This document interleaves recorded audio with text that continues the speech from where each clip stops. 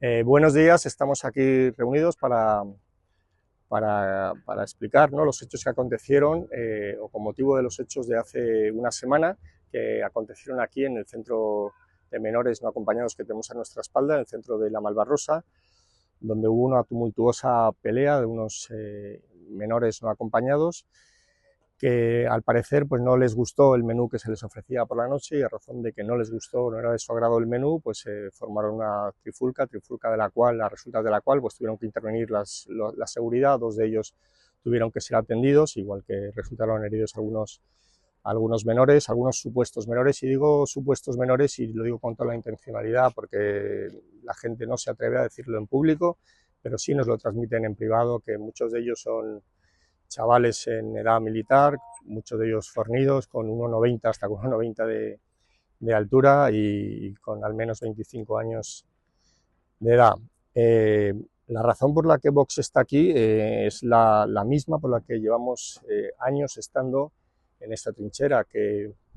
es la de defender el sentido común, ¿no? ¿Qué es el sentido común? Pues el sentido común es, primero, decir que esto no es un hecho aislado. Si fuera un hecho aislado no estaríamos aquí. No es en ningún caso un hecho aislado, como nos hacen o como nos quieren hacer creer. Es una realidad que están sufriendo muchos barrios de la Comunidad Valenciana y muchos barrios de España. Venimos a denunciar esta política de puertas abiertas, estas políticas de España sin fronteras que el criminal, el gobierno de Sánchez está impulsando, y que está, lógicamente, esta inseguridad, esta preocupación que tenemos nosotros, la están sufriendo, pues en este caso, los trabajadores de los centros, están sufriéndola los vigilantes y están sufriéndola sobre todo y de manera muy especial los vecinos de los barrios afectados, que como digo, cada día son más en todas las partes de España. ¿Y cuáles son las soluciones que nosotros proponemos? Pues las soluciones son las que venimos también declarando desde siempre.